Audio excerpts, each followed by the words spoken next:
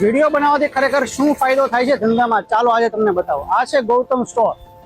આ મારા મામાનો સ્ટોર છે અને as a marketing agency owner મેં તેમને વિડીયો બનાવવા માટે સજેસ્ટ કર્યું. તો ચાલો મામાને પૂછીએ કે એમને વિડીયોઝથી એમના બિઝનેસમાં કેટલો ફાયદો થાય. કેમ છો મામા? ફાઇન. આમાં આપણે વ્યુઅર્સને જણાવો કે તમને વિડીયોઝથી કઈ રીતનો ફાયદો થાય. હા, મિત મારો ભાણો છે અને અમે ખાસા ટાઈમથી એવું વિચારતા હતા કે એક અમારા સ્ટોર માટે વિડીયો બનાવીએ.